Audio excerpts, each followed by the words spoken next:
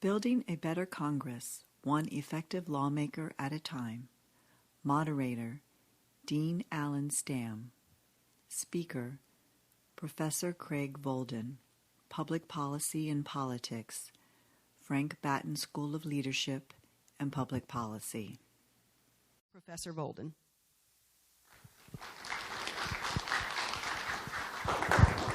Thanks for the introduction, and thanks for having me as part of Reunions Weekend. Welcome back. As mentioned, I'm a member of the fairly new, now 7-year-old, Frank Batten School of Leadership and Public Policy. And at the Batten School, we have faculty who study many, many different policy problems from a variety of angles. So we have a fantastic group that focuses on education, how to help this little guy do better in school. We have others who are focused on healthcare and rising healthcare costs. Still others study gun violence and how to reduce those numbers. Others tackle issues of security, cybersecurity, for example. We have a wonderful group understanding the national debt, and others taking on a variety of environmental issues. Beyond that, we're interested not only in these policy issues in and of themselves, but also in how the institutions of government in the United States and around the world work to attempt to address these policy problems, sometimes making them better, sometimes making them worse, and to understand those processes. My work tends to focus on one of the more dysfunctional of those institutions, the United States Congress. This is an institution that you've all heard of. This is an institution, if polls are to believe, most of you hate, right? So public approval at a near all-time low for this institution. It's one, when we think about Congress, we often note that it is an institution made up of these donkeys and these elephants, the Democrats and the Republicans. And over the past 20 years or so, we've seen them move further and further apart. We know systematically that the parties are more polarized now than they've been in about 90, 100 years, something like that. We also know that there is a lot of evidence that Congress is not getting the job done addressing those policy problems. Now, for some, that's fantastic, because when Congress meddles, they make it worse. For others, that's bad. At least they should give it a try. Regardless, the common story is that it's Democrats against Republicans, it's really liberal people against really conservative people, and there's no middle ground, and they're not reaching compromise, and they're not getting anything done. All of that seems true, but all of that also seems to miss some big parts of the picture.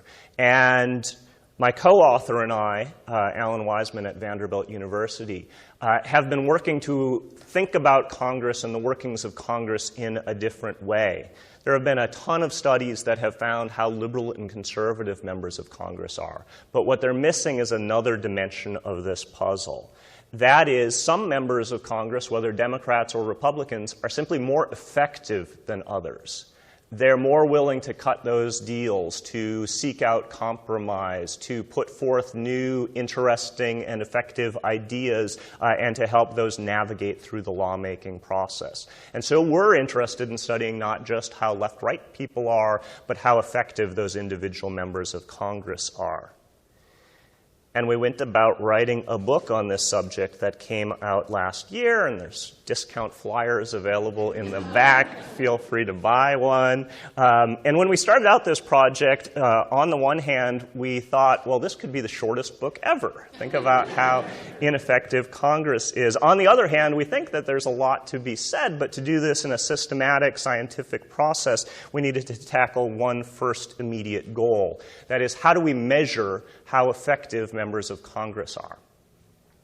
We worked on a variety of processes, thought about what data are available, and eventually settled on 15 different metrics that help us understand how effective members of Congress are. Those are 5 different stages of the lawmaking process and 3 levels of the significance of bills. So let me talk through those with you.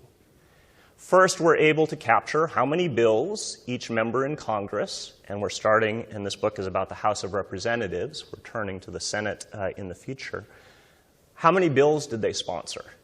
Now, we have data on all of the Congresses. We started in the early 1970s and work up to today. And so we coded up the about 200,000 bills that have been introduced in the House of Representatives over that time period and linked them to who the bill sponsors were. We focused then on how those bills moved through the lawmaking process. The next stage is, did they receive AIC? Did they receive action in committee?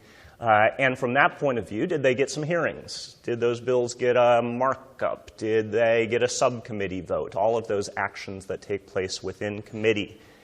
Moving along, did they receive ABC, action beyond committee? Did they get on a House calendar? Did they get a vote on the floor of the House of Representatives? From there, the next stages are, did they pass the House? And did they become law? So for each member of the House of Representatives, every bill that he or she sponsors, we track through each of these stages. Now, as I mentioned, and as you certainly believe, not every bill introduced in Congress is equal, and if we want a measure of effectiveness, we should take that into consideration, and indeed we do. For about 5 to 10% of bills, we consider them substantive and significant. These are the big, contentious, partisan but good policy, bad policy types of bills. These are the big things. To make this an objective measure, we didn't want to code those up ourselves, and so we rely in the end-of-year summaries of Congressional Quarterly Almanac. These are the people who write about Congress and its internal workings all the time. And if the bills were mentioned there, we labeled them in this substantive and significant category, and that's about 5 to 10% of the bills. That's big immigration reform attempts. That's reforming Social Security. That's these big issues that sometimes don't go anywhere, sometimes do. On the other end of the spectrum are the ones we should downgrade. This is the naming of post offices. This is National Cheese Day and whatever else, right? The commemoratives. That's about 5 to 10% of bills that are introduced. Maybe they're the ones that get the most derision, but certainly we wanted to downgrade those. And so we used some identifiers, the word commemorative, the word naming, and so on to identify those bills. And then in the middle, there are a lot of substantive issues. They're just a little more minor. And so about 80% of bills stay in that middle category. And so we develop these 15 indicators, 5 different stages and 3 levels of significance, and then throw those into a formula. And the formula, I don't think you want to see, but essentially has the ability to say, okay, we want more credit for moving further in the process, more credit for substantive and significant, less for commemoratives. And so out of this, we can generate a single legislative effectiveness score. So for every member of the House of Representatives, for every Congress from the early 1970s up through today, we score in terms of this legislative effectiveness score. One way to think about this measure is that it is essentially capturing what share of everything in the lawmaking venue that's done in the House of Representatives can we attribute to each individual member, him or herself, based on their sponsorship activity. And the first thing we did once we developed these scores was to take a look. Well, what are we capturing here? We were fearful that there might be a bunch of biases. We were fearful that we might not be tapping into fundamental processes. One view early on was maybe since Democrats have a much broader view of what Congress should be doing and what government should be doing, maybe Democrats will show up higher than Republicans. Turns out not at all. Really balanced across parties. Now, what Democrats are trying to accomplish are different than what Republicans are trying to accomplish, but they're all sponsoring bills to advance, let's call it Obamacare, to repeal Obamacare, right? I mean, we have different opinions about what policies should be done, but to think that this score was capturing Democrats and Republicans, it was not. However, it was capturing something that we certainly know about Congress, which is members in the majority party, whether it's Democrats or currently Republicans, outscore, outperform members of the minority party. Unsurprising, not worth writing a book about, right? So hopefully we'll go beyond that. We found that seniority matters. We found that being a committee or subcommittee chair matters. From our point of view, that's just helpful to show us that we're capturing what we know about Congress in the measure that we've developed. So then we wanted to turn and say, what more can we say based on these scores? It turns out the answer is a lot. These scores are highly informative.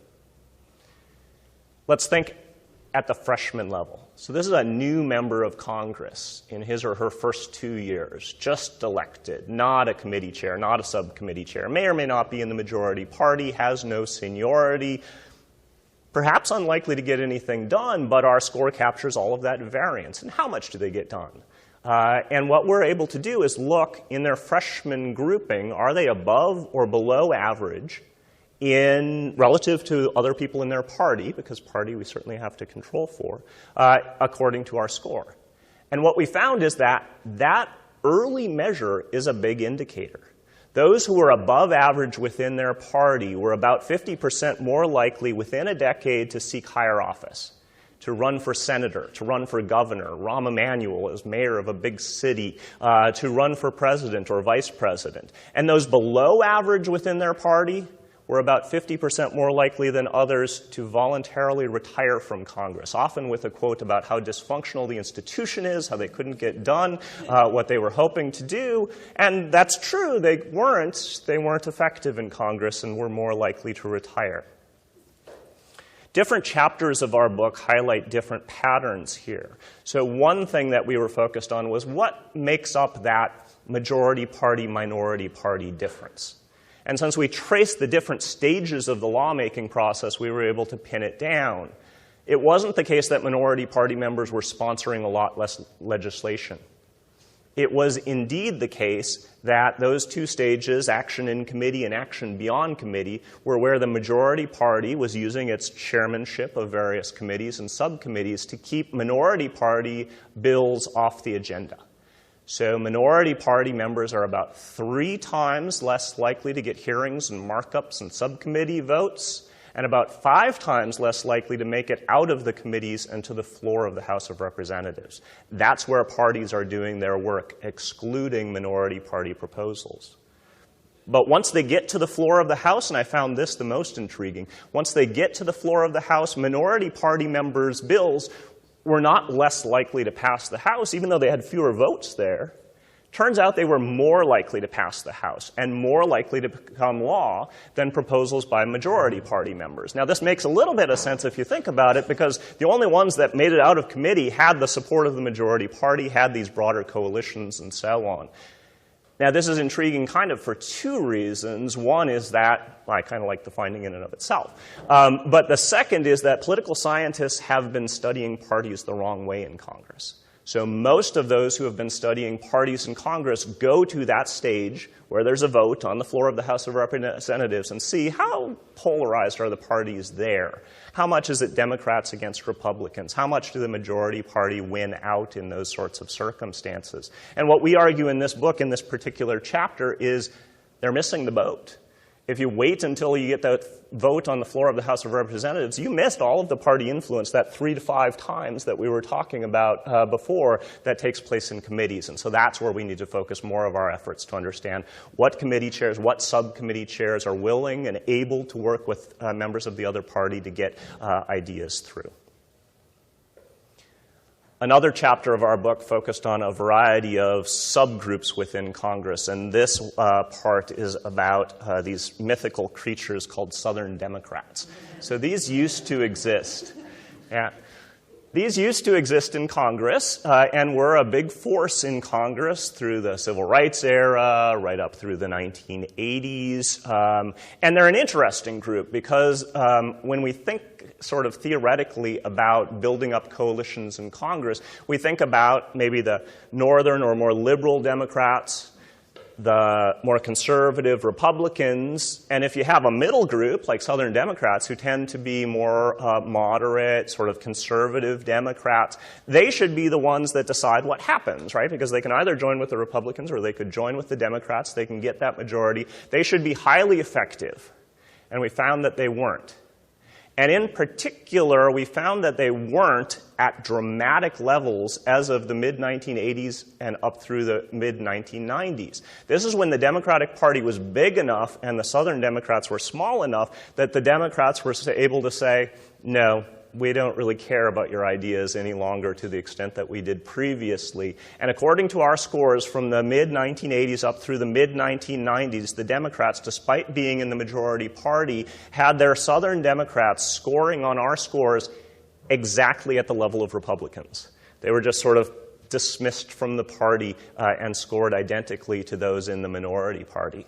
Now, whether that dismissal led to more collapse of Southern Democrats and to the Republicans taking over much of the South, as these pictures indicate, that remains an open question. That's part of the debate of what happened to Southern Democrats. But they were certainly, according to our measure, dismissed as part of the Democratic Party. In another part of our book, we say, well, what about this gridlock? How important are these effective lawmakers to overcoming policy gridlock? And one thing that we find is if a member is really effective in one Congress, they're really effective in the next Congress as well, and the Congress after that. This is a skill set of coming up with good ideas, building those coalitions, getting things done, that if we look at the biggest laws, these landmark laws that get all of the attention, president after president after president, and we want to say, well, who comes up with these? Who helps solve immigration crises and other issues? Look back at Congress. Who were the effective members there? And look forward and say, well, what are they trying to tackle now? And so one way of thinking about what is Congress working on and what is going to be accomplished is to take a look at the 20 most effective members of Congress and see what they're working on now. Those have the best chances of moving forward. Near the end of the book, we have a chapter we call Habits of Highly Effective Lawmakers. Right? The way we did this part was to use our scores to identify from the past 40 years the 20 most effective members of the House of Representatives. And then once we had that list, we dove in. We found out everything we could about them and the bills they sponsored and so on, and found that they certainly had these 5 habits, much more so than all of those hundreds of lawmakers who were not on our list. So I'll describe these habits kind of in groups. Habits 1 and 2 develop a legislative agenda rooted in personal background, previous experiences, and policy expertise. And habit 2, develop a legislative agenda tightly focused on district needs. These are habits that I call perseverance. Now, perseverance is important in life. It's important in Congress. And I think of it in terms of the numbers. So the numbers tell us that as a member sponsors a bill, it has a 4% chance of becoming law. So think about that. You go out on an endeavor and you have a 4% chance of success. And at the end of a couple years, you look back and you see 4%. That could be devastating. Let's turn our attention to our district needs, to constituency services, and so on. But the effective lawmakers don't do that. For some reason, they say, let's stick with it. Let's introduce the same bill. Let's build up that coalition a little bigger the next time. Let's find out what didn't work about this past law. And why do they do that? Well, for example, one member of Congress who we highlight in the book escaped Nazi concentration camps and spent his time in Congress developing human rights issues on a global scale. Another was in deep, deep poverty during the Great Depression and spent his time in Congress dedicated to social welfare services. They're deep-rooted concerns, 4% chance, 90% chance, I don't care. This has to be done, is their motivation. Others are the policy wonks. They know the budget inside and out. This is what they care about. This is what they love. Why not do what you love? I don't care what the success rate is. They know the budget. They know health care. They really get things done. And still others, for habit 2, are introducing things that match their district interests. If they get them done, that's great. If they don't get them done, they can say back home, re-election focused, this is what I'm struggling with, and I'm going to keep fighting for you. So that's the perseverance habits. Habit 3 is interesting because we identified these highly effective members before they became committee chairs and subcommittee chairs. Now, most of them did become committee chairs and subcommittee chairs, and so we were intrigued by how they used that institutional power. And they were more likely to do things like work across the party lines within their committees and subcommittees, to do kind of clever things, bring celebrities in to draw attention to their issues for their hearings, and so on. They really had a bunch of entrepreneurial aspects. Habits 4 and 5 are about coalition building. Be open to compromise even with those who are not natural allies. Cultivate a broad set of allies even beyond the House. So in the House, beyond the House for those 2 habits. These members are doing so, and we might say, well, there's nobody left to compromise with at this point. But we tracked down the bills in the past 3 Congresses that were sponsored by these highly effective lawmakers, and the votes that took place at the end of those, get to the end vote on the floor of the House. Only one of those bills had the parties split with one another. These are folks who are showing that you can build compromise. The average number of the other party that voted against these members' bills on the floor of the House of Representatives was 5, right?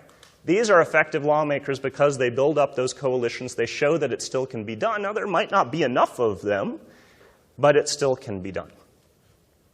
So when we got to the end of this book project, we said, hooray, let's go out and celebrate. But we also found something intriguing, and that's that we were still as excited about this project at the end as we were at the beginning. We think that these data can be used in a variety of ways that are really interesting and important, and so we're tackling a variety of these issues. And so I want to spend a few minutes talking with you about what's next on our research agenda. The way I think about this is sort of by analogy. So imagine you were starting a fantastic new business.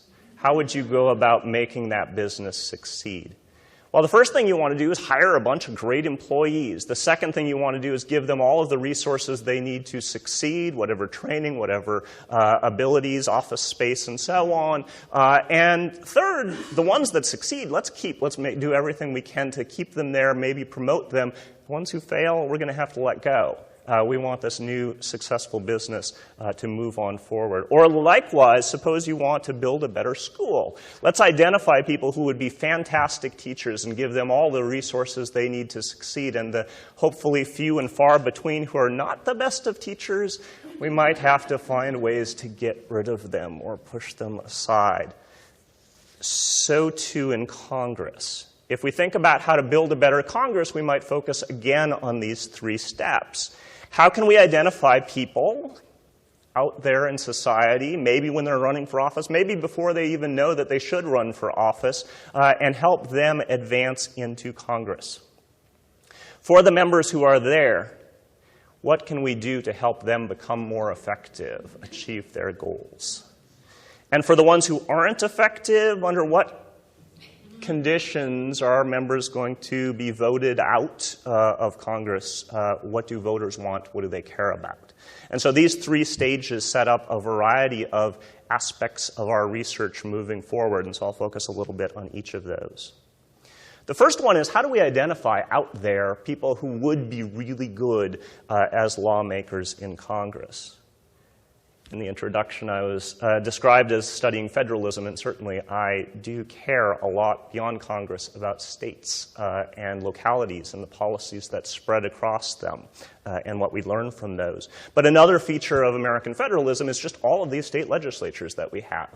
And one thought was that maybe that's a great testing ground. Maybe that's a great training ground. Maybe the people who spend some time in state legislatures are going to build up a set of interests and concerns and abilities, all that compromise and great ideas, and enter Congress better able to serve the American people than people who don't have that experience in state legislatures.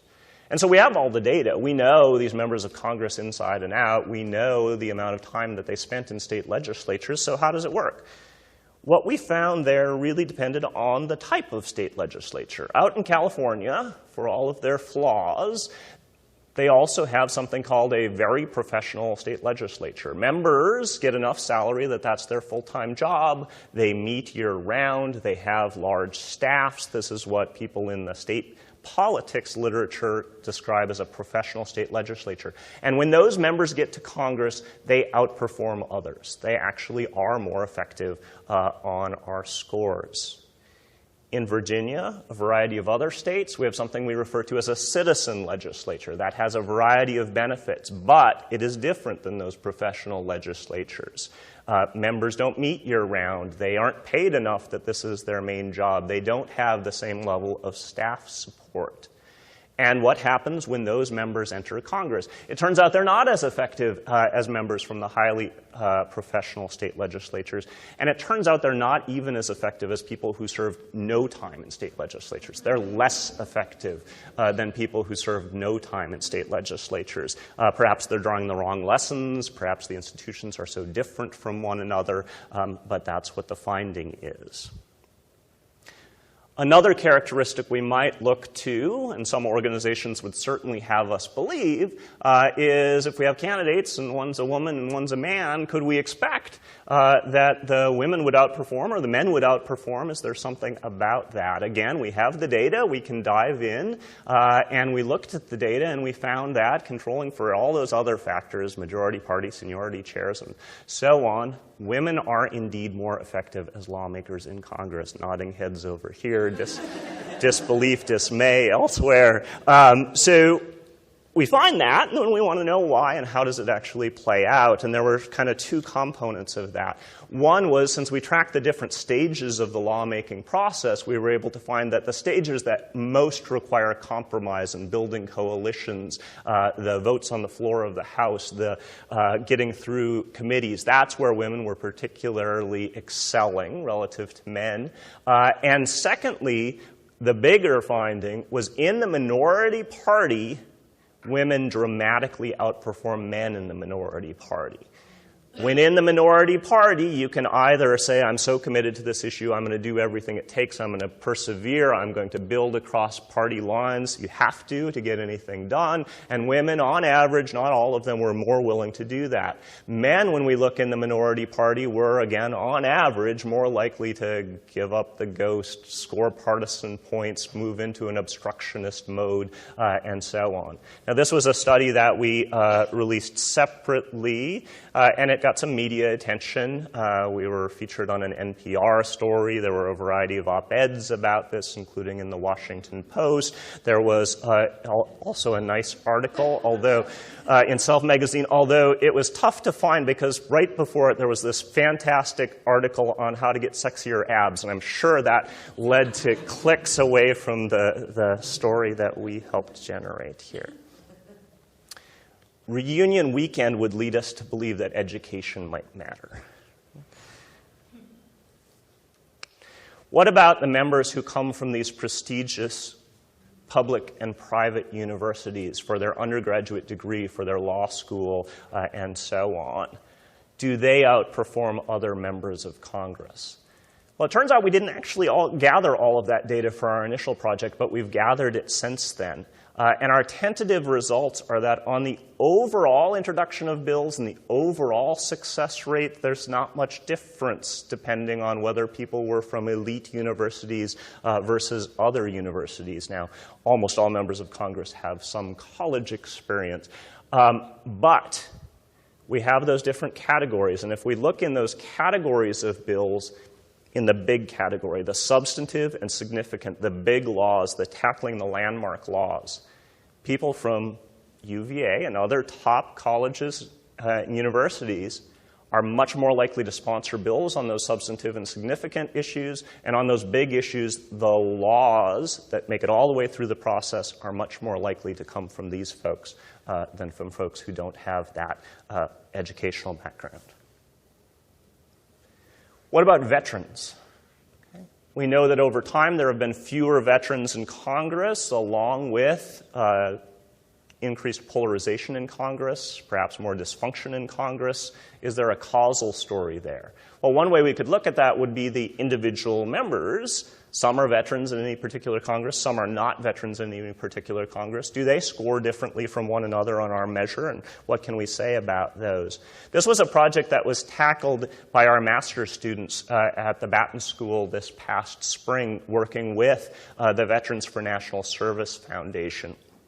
And what they found, doing all of the data analysis and diving way in and gathering all of the data, was no difference in effectiveness between veterans and non-veterans. But over the past 40 years, they found that veterans are more centrist than other members of Congress.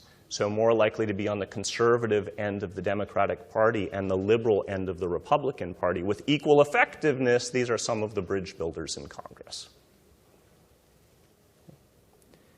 One additional feature that we're just on the cusp of beginning to explore about identifying people in the public who would be wonderful members of Congress in terms of their effectiveness might come to us from political campaigns. We know that as a society, we're somewhat divided on this particular issue, although tilting more in one way than another. Now, the American public is tilting towards wanting leaders who will compromise rather than stick to principles.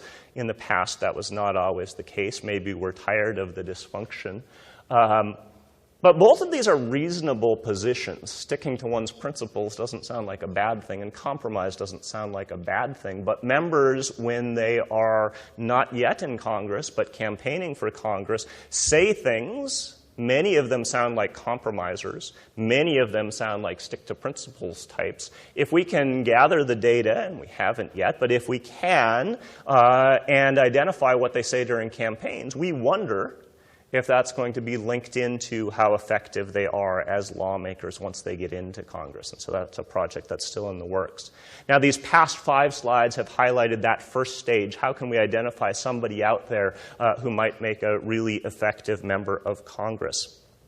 The second part of this research project is how can we cultivate effectiveness from within Congress? I mentioned that one of our chapters of our book is dedicated to these 5 habits, and so we've been promoting those, writing op-ed pieces and talking to organizations about how they help members become more effective. And we're certainly open to working with those organizations to evaluate whether their programs working with members of Congress, and we're potentially extending this to state legislatures as well, whether those who work with members to help make them more effective are actually effective themselves at helping members do that. We're also interested in this potential match or mismatch between what members really care about and the committees and subcommittees to which they're assigned. Now, if somebody comes in caring deeply about education, but they're finding themselves having to deal with the budget or health or something else, they might not be able to have that match between using their passions and skills and using their institutional positions. And they have a choice. They can either say, well, I got what I got. I'll do the best I can within this committee or subcommittee. Or they can say, I'm so passionate about this issue, I don't have the institutional position now, but I'm going to keep working on it. I'm going to ask for a reassignment in Congress after Congress. How does that play out? And so we're studying those initial choices, the decisions to gain expertise, and the conditions under which people are reassigned from one committee and subcommittee to another. That third category, what happens with the members who are not especially effective? Under what conditions do citizens, voters, vote them out of office? Here, again, we're early in our research career on this question, but tentatively, we think there's not much of this going on, right? If we just look at the data, we see, okay, how effective were they and what were the vote shares they got in the next election, or what were their probabilities of success in the next election? There's no pattern there whatsoever. Right? And so that doesn't seem to be the case. Now, there are 2 plausible hypotheses. One is voters don't care. Right? The other is voters don't know. Right? And the don't know possibility is a strong one. If you're thinking about how effective your member of Congress is, who talks about how effective members of Congress are? Well, it's the members themselves. They might be a little biased in the data that they come back. I haven't heard anybody touting how ineffective they are. I've heard them tout that they're stopping horrible ideas. Now, I would argue that's different, and we can certainly talk about that. But if you only get one side of the story, who knows? And are there any ways to objectively, oh, wait, we came up with scores. So potentially there are ways to objectively look at how effective members of Congress are. We wanted these data in citizens' hands as well as in academic hands and so on. And so accompanying the launch of our book, we came up with a website, thelawmakers.org. You can go there and click and find any member of Congress from the 1970s up to the present and find out how effective they are. Now, we know that different members are going to be in different positions, be in the majority party have more seniority, be committee chairs, and so on. And so in addition to giving their raw scores, we say, what's the benchmark? How do we think they should perform relative to others in a similar position in or out of the majority party, more or less seniority, more a committee chair or not a committee chair. And therefore, we color code green, red, and blue. Green is dramatically outperforming one's benchmark. Red is dramatically underperforming one's benchmark. Blue is right on target. We also give rank within party, and we're hoping that helps people generally find out more about the workings in Congress. Now, our book came out in the fall. There was also this thing in the fall called an election. We didn't plan it that way. We would have loved the book to come out earlier. But since we launched a website right around election time, it received some notice. And the notice was interesting. Turns out the members who were highly effective wanted that information out there. Lamar Smith put this up on the front of his web page. Hank Johnson came up with an op-ed about it. John Conyers used his Twitter feed, right? So on and on. On the other end of the spectrum, they were largely silent. Those who did talk about it had their spokespeople say things like, clearly the authors don't understand how Congress works. Right? Came out a little too late for us to put it on the dust jacket of our book. I think it would have sold a bunch of copies. But kind of fun to get those anecdotes. Now, more systematic evidence, sort of a more scientific approach, is where we're going with this next. In political science, there's a movement towards moving towards more experiments. Now, we have to be creative here. I'm not going to experiment on members of Congress. Okay. I'll take your advice on that front. We can, however, survey citizens, and for some of them give information about how effective their members of Congress are. For others, keep that information aside and see, would they vote differently? Do they think differently of their members? How much do they care once we have some information in their hands? And how much would they vote differently based on that information? So we're exploring that and setting up a series of survey experiments along those lines at this point. Now, as you can tell, there's a lot of work to be done, lots of research projects, possibly another book, lots of articles moving forward. And one way we think about this is there are also great opportunities for students here. The research endeavor is something certainly faculty love to do, but love to incorporate students in as well. I mentioned we had some master's students working on these projects over the past semester. I have a couple PhD students from the politics department working with me and with Alan on some of these aspects moving forward. And next spring, I'm teaching a class at the undergraduate level where I'll have 20 to 30 students who will help with this project as well, help develop some hypotheses, conduct some interviews, gather some data, test those hypotheses, write up reports, and really help move this project forward. So I'm excited to be at UVA, with all of you, and to have such terrific students to work with moving into the future. Once again,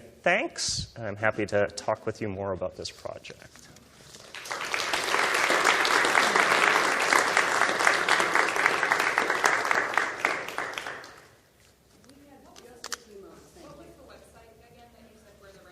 thelawmakers.org. Yeah. Yes? So what do you think about term limits? It seems like your effectiveness increased over time, but what are your personal thoughts on studying legislators about term limits? Yeah, so this is one where we actually have pretty good data because we see what happened at the state legislature. A lot of state legislatures adopted those. The benefit was kind of get rid of people who were dysfunctional, bring in new ideas. The cost, as people described, was the loss of expertise. And what seemed to be the case is that some groups were really strengthened and other groups were really weakened. And the groups that were strengthened were staffers. We might like that, depending on whether we're staffers. Many of my students are now staffers. But interest groups as well. Those special interests that we might want to deprive of access or not have that close, well, they're the ones with the expertise. They're the ones that these new lawmakers had to rely on. And so we see a lot more of their power and influence in those state legislatures that adopted term limits. For good and ill on those fronts, my tendency is that's for ill. And I prefer to allow expertise to develop among members. Now, that has to be coupled with some other mechanism for removing the ineffective lawmakers, and I think that's where this latter part of the story was coming in. Yes? I was curious if you had looked at the competitiveness of the members' district, and I'm thinking in terms of gerrymandering by state legislatures, or just whether, given the demographics, the seat is safe. One party or another, does that affect these? Yeah, so that was fun, right? So we're trying to disentangle the did you get a vote share because of how effective you are, or did your vote share influence how effective you are? Like I said, the latter one we didn't, or the former one we didn't seem to find much. But the latter one, does your safety help in your effectiveness? Here we had two competing hypotheses. Right? Yeah, these were the hypotheses. On the one hand, you're more safe. You can dedicate more time to lawmaking. You're less, in those tight races. On the other hand, what do I care, right? And what we found was both of those take place. There's this big curvilinear pattern. The people from non-contested seats aren't very effective. The people from highly contested seats aren't very effective. And the middle, this sweet spot where you have enough leeway to not be focused on constituency services all the time, but they're still holding you accountable, maybe, seems to be where they perform the most, right around 60 to 65% of the vote share. Yes? Money. Have you looked at personal wealth and then fundraising ability? Those who got a lot of bucks, they tend to be... Yeah, so we haven't, and I should have thrown that among the future projects since we're working on that. The political science literature in that area really has run up to this obstacle because they see these really close linkages between who gets what money and how they vote, for example. And it was tough to discern whether that's the money is influencing them to vote in a particular way, or people who vote in a particular way are funded so they stay in Congress, right? So that, which direction that goes is tough to discern, but we think our scores are going to help here because coming in as a freshman, we don't know if you're effective on health care. You are effective on health care. Okay, here comes potentially the flow of money, and then we can disentangle, well, you didn't have the money before, you have the money now. Did that influence also your patterns moving forward? We have a little bit of data, but there's a lot out there, and we're still collecting it. How about those who are gazillionaires versus those who aren't? Yeah, we haven't looked at that yet. What's your guess on how that's going to play out? I guess having had, once living in a district which had the most wealthy member of the House, he wasn't particularly effective. I don't think I'm going to go look him up on your Sure, feel free. Yeah. website, but that's just one. I don't know. It would be interesting because you do have that data, don't you? You know how much they have to self-report. Yeah. No. So we can gather all of that now, and it goes on for a while, for a while now. I think it's only pretty good since 1990 or something like that, but we still have enough data to dive in. I hate to have to bring this to a close. I am so sorry. Oh, we have a ton of time. All right. Let's take questions until you're all sick of me. So that's right. Yes, and then yes. So yes, in the green sweater. I was struck by your figures of a majority in favor of compromise, but I assume that's voters generally as opposed to core voters who tend to vote on primary. Yeah. Primary voters are more skewed towards principle, and that gets reflected. Yep. And I think the data plays that out pretty strongly in terms of who goes out to vote under what circumstances, and the pressure on primaries is really strong, and that's been established. I'm sorry? Right. If you win the primary, you win the general election in many of those cases. That's exactly right. Now, it's kind of intriguing, right? We would imagine that potentially those who are in the middle are going to be more effective. They already have that natural coalition building, so then we could also plot this out on that ideological dimension. And it turns out there's not much of a pattern there, and it plays out as follows. People who are more extreme introduce a lot more bills, right? They're passionate about these issues on either side. Now, their success rates are lower, but since we have this combination of how many do you introduce and how successful are you, it kind of just all flattens out across the board. Yes. After the constitutional meeting in Philadelphia, Benjamin Franklin was reported to have been asked, what type of government have you made for us? And he reported this is a republic, if you can keep it. I don't know if that's true or apocryphal or whatnot. But how We threw that quote at the end of our beginning of our last chapter. Yeah. Yep. how fortuitous. Yes. Are you optimistic that we're going to keep our republic? Can you summarize this question so we can hear it? Yes. So how optimistic are we on the big issues, right? We have a republic, and is it doomed? Are we going to make it work? What can we do, right? So on the one hand, we have very polarized politics right now. We have inability to reach compromise on big issues.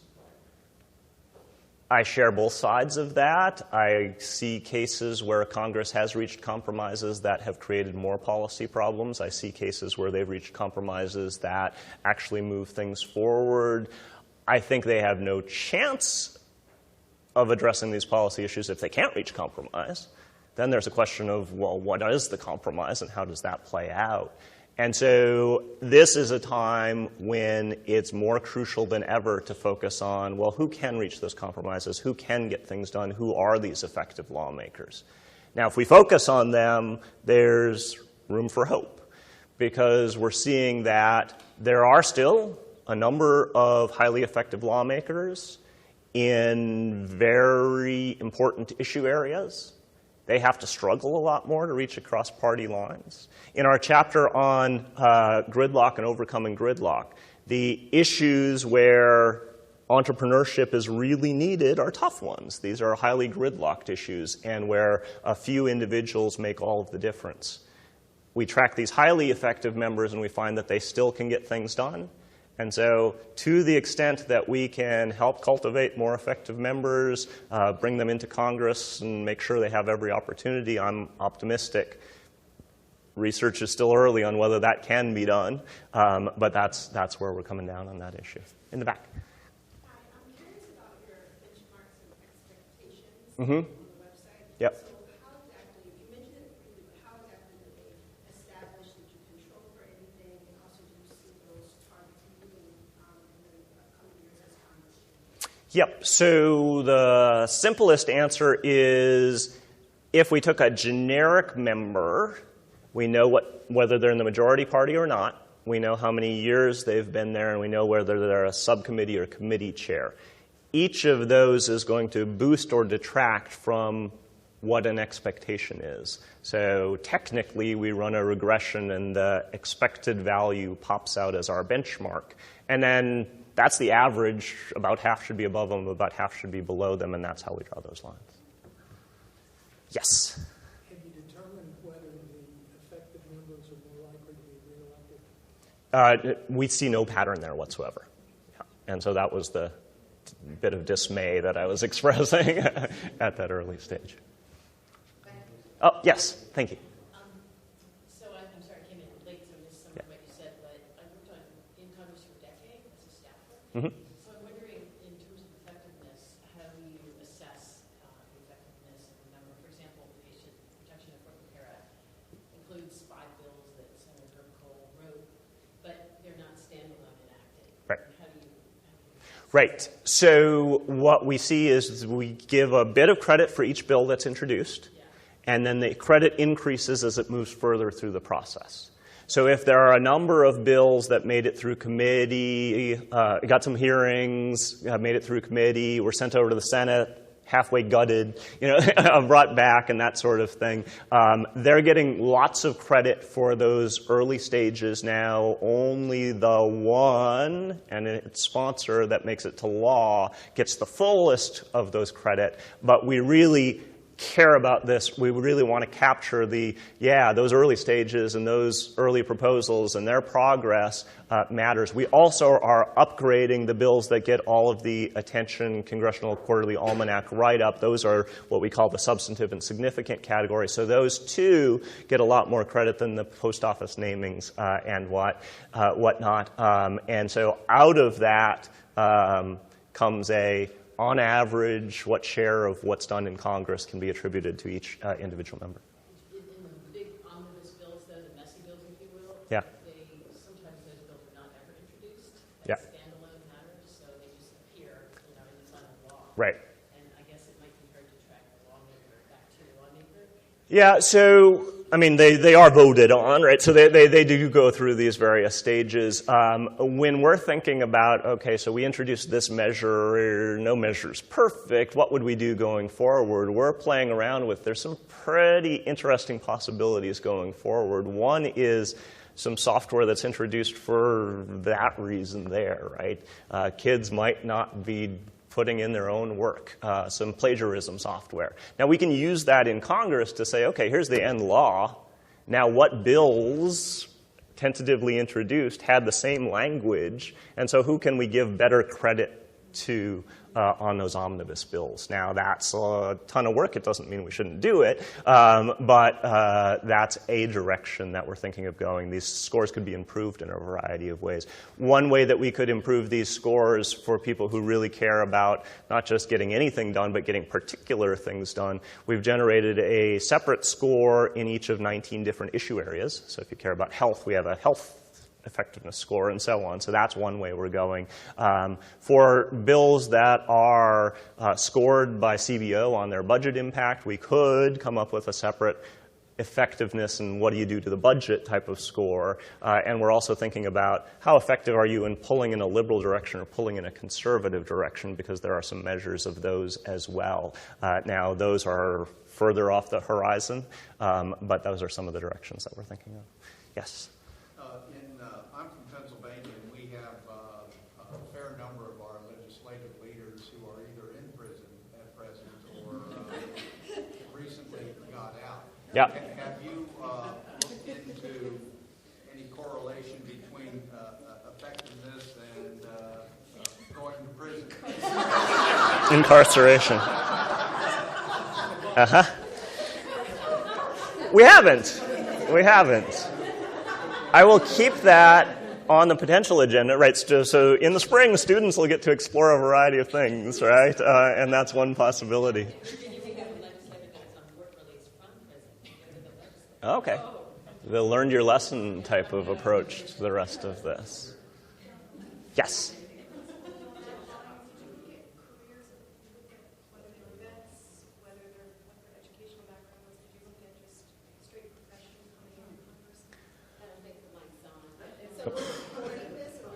Oh, I'm sorry. Yeah. So the microphone will help us record the questions better. So individual careers, we have lots and lots of lawyers in Congress, and we have lots and lots of career politicians in Congress.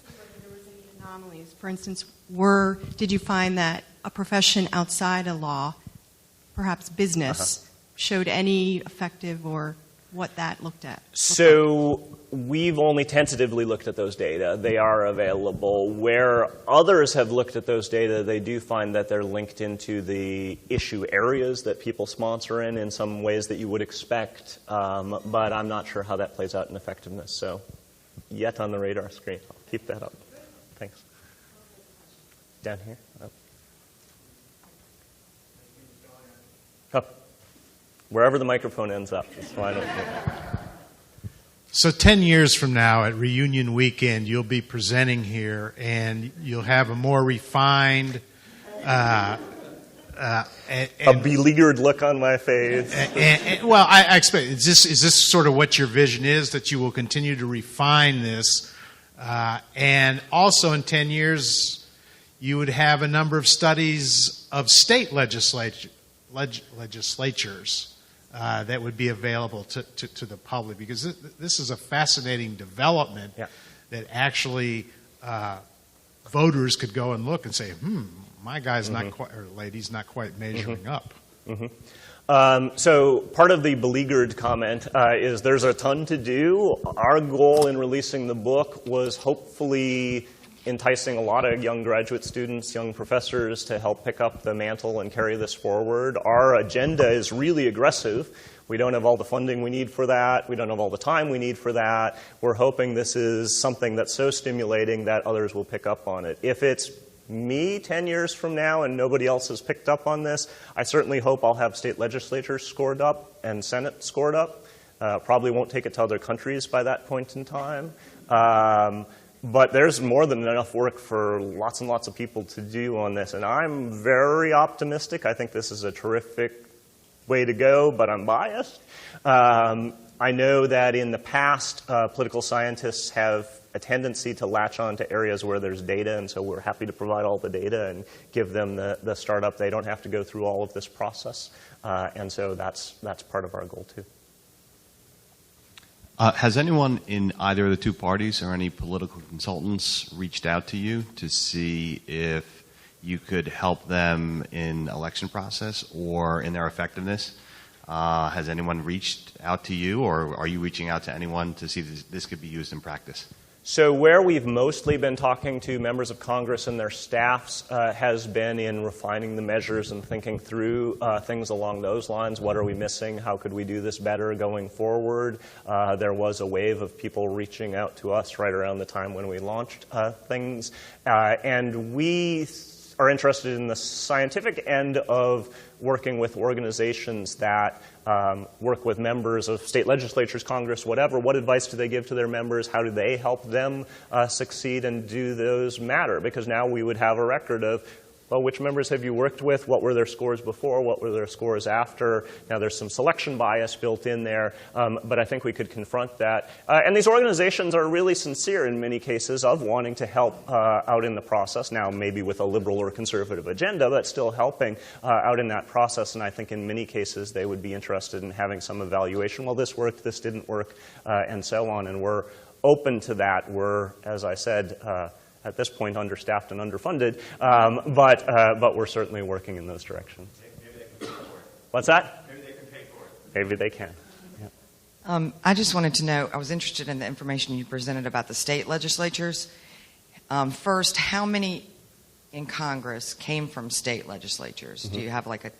Yeah, it's a third to a half. A third to a half. Yeah. Because I guess, and what about the number of citizen-based and professional state legislators? Yeah, so there are more from the citizen end of things just because there are more on that end. Although the more professional ones are larger, so there's that playing out. And I just sort of did the two ends of the spectrum. So there's probably about a handful of really high-end professional states. There's about 10 states that pay their legislators nothing other than a per diem level. And in between is kind of, it's about a wash, but the extremes were what caught our attention. Yeah, I was interested because in Virginia we have citizen, they call it citizen legislature, but interestingly enough it's the least accessible by citizens to be able to go and actually talk to their legislatures to make change because everything is packed into like a couple of months and no one has time to go, get down to the hearings whenever they have them. Mm-hmm. So it's just yeah, I think they use the description to describe the members as citizens rather than the citizens as having much say beyond that. Thank you. Yes. I have the microphone back. I'm really looking forward to looking at your website, and I certainly endorse the idea of throwing the rascals out. But I wonder, beyond that, has your work suggested any procedural reforms within the legislative process itself? One thing that came up time and again is what's going on in committees and subcommittees. I mentioned the finding on women being more effective. There's a coupled finding with that women tend to sponsor on different issues than men, and the issues that women tend to sponsor on much more than men are the most gridlocked of issues, and that gridlock happens in committee where those issues are dismissed outright. Likewise, minority party sponsored issues are, in many cases, dismissed outright in committee. Now, that's perhaps one of the benefits of being a committee or subcommittee chair, but a lot more research needs to go into who are those members who are committee and subcommittee chairs and how do they make those decisions. I often get a question about, well, you're capturing sort of a progressive score of moving things through Congress. What about a obstruction score? How could we do that, right? And often there aren't fingerprints and objective data that we can get onto on, who's able to stop legislation, except we know committee chairs and subcommittee chairs have that discretion, and they can decide what moves forward and what does not move forward. So we're working on generating obstruction scores for subcommittee chairs of saying, what do you let through? Is it only things from your own party? Is it only things that are really tightly ideologically aligned with your own interests? Is it only things potentially funded by particular organizations? And so on. That's an arena in which we can tap into that and sort of see as that correlated with our other scores also.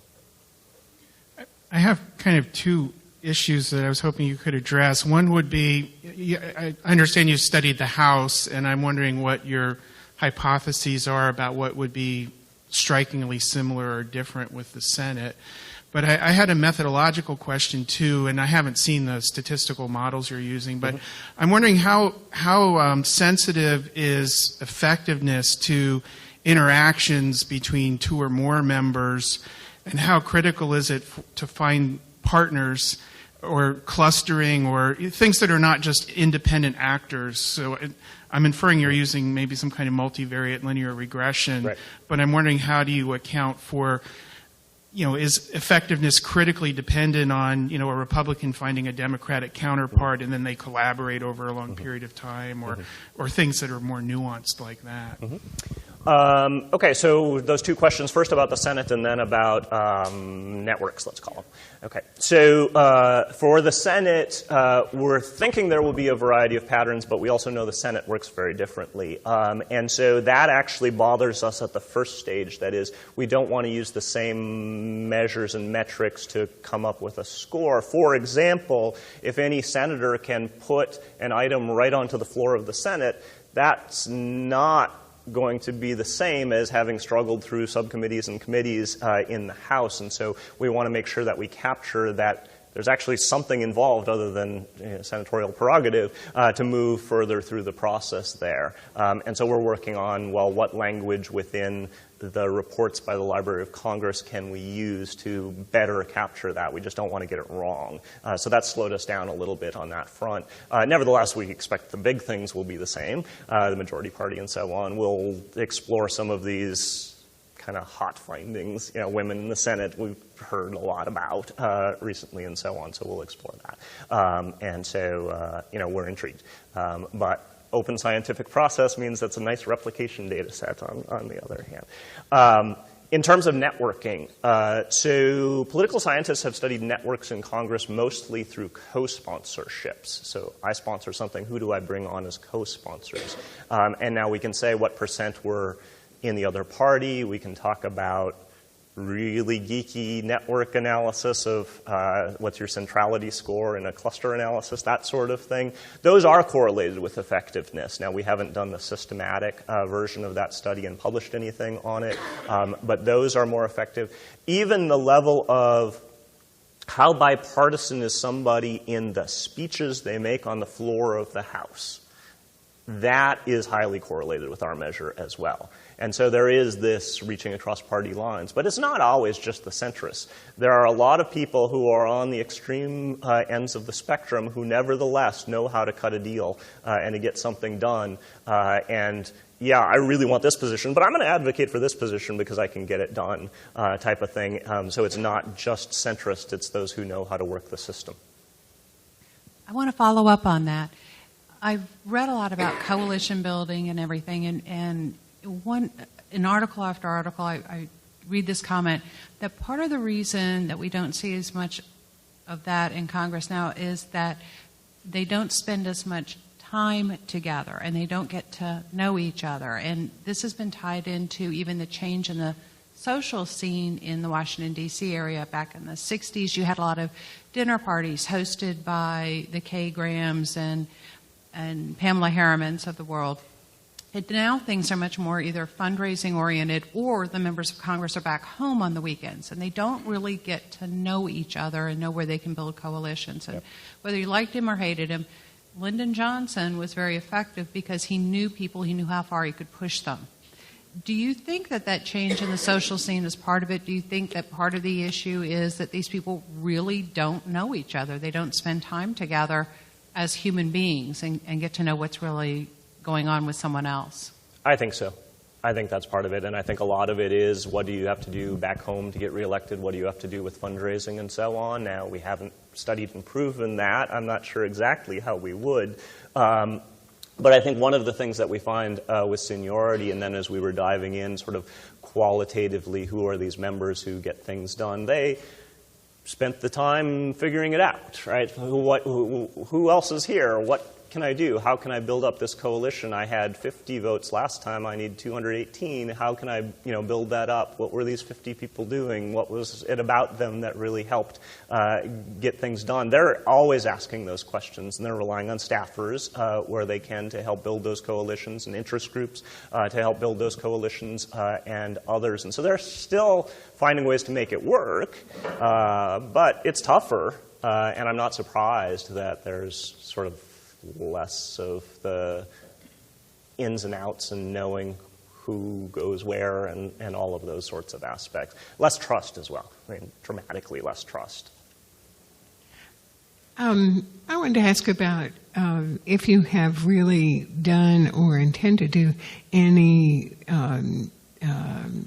real analysis of the districts that people come from and the effect of being in a gerrymandered district rather than a district that is a lot more competitive. You mentioned a little of that.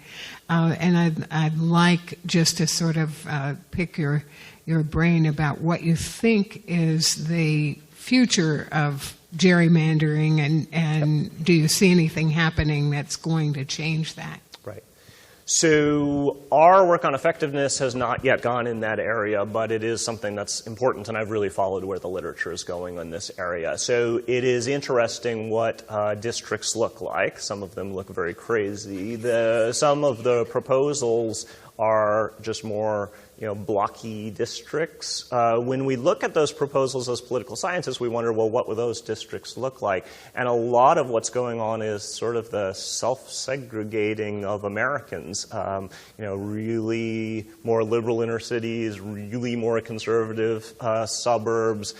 You could draw even crazier districts that cut across those, right? But pretty normal, not crazy-looking salamander districts would nevertheless be quite polarized in many cases. Moreover, the Senate is almost as polarized as the House, and there's no gerrymandering going on there. So there's just this nature that there is polarization. It's not solely, even mostly, due to gerrymandering, although it is linked into who's representing what districts and what do the citizens want. Now, I like having the citizens get what they want in their members, and there is a close alignment there, but that doesn't address one group of citizens wants this, the other group of citizens wants this, and what can we do about it? Craig, this is our final question, but after you answer his question, can you follow up a little bit by talking about the Batten School? Yes, I'd be happy to. We came late, so I apologize if you've already addressed this. Is it correct that there have been past periods of time where there's been prolonged legislative gridlock? And given how long this gridlock has gone on, what all has to happen for the gridlock to end, and how long is it going to take? Okay. So, yes, there are periods in the distant past where the parties have been more polarized, where the overall percentage of bills that are introduced to becoming law has been this low. The period we're studying is about 40 years, and across that period, a bill sponsored has about a 4% chance of becoming law. That's not unusual for the entirety of congressional history, but now it's at 2 to 3%. So we are facing an issue there. And if we break it down by issue areas, and we've looked at 19 of them, there are some that are highly gridlocked and some that are less gridlocked.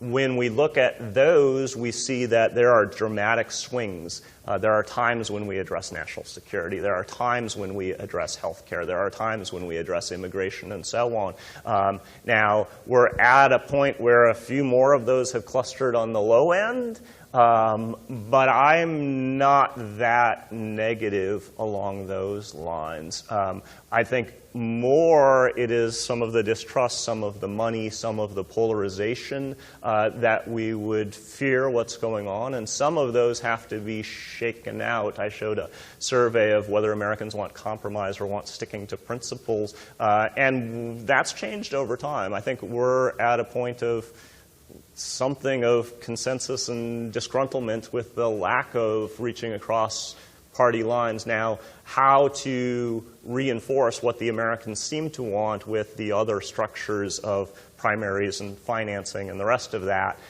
is just a thorny, difficult question, and I don't think we're at solutions for that or near solutions for that, unfortunately. From our point of view, this is highly gridlocked times are times when more than ever we need effective lawmakers, those who are willing to make these deals, and so we're kind of bullish on our research agenda, whether we're kind of bearish on Congress as a whole. I have 2 minutes left, so let me very briefly say what we're up to at the Batten School. So the Batten School is the newest school at UVA. It is a school of leadership and public policy. It was started with a very generous gift from Mr. Frank Batten, and we have started that program 7 years ago with a small master's degree program where students can stay on for their 5th year and not only get their bachelor's degree but also get their master's degree. That program was very successful and continues to be very successful, but 4 years ago, along with when I came to UVA, we also developed a master's program where students come to UVA from elsewhere, having already had their bachelor's degree, and spend 2 years with us getting their master's degree. And 2 years ago, we started an undergraduate major. So we have now in the Batten School those different programs and different groups. We have some centers. You might see big banners for the Social Entrepreneurship Center. We have a center for leadership. We have centers dedicated to healthcare and education and the workforce. So we're doing a lot on scholarly grounds, and we're doing a lot with students. It's an exciting time at the Batten School, and I'm happy to talk with you after about some of those initiatives as well. Thanks once again for coming out, and one last comment.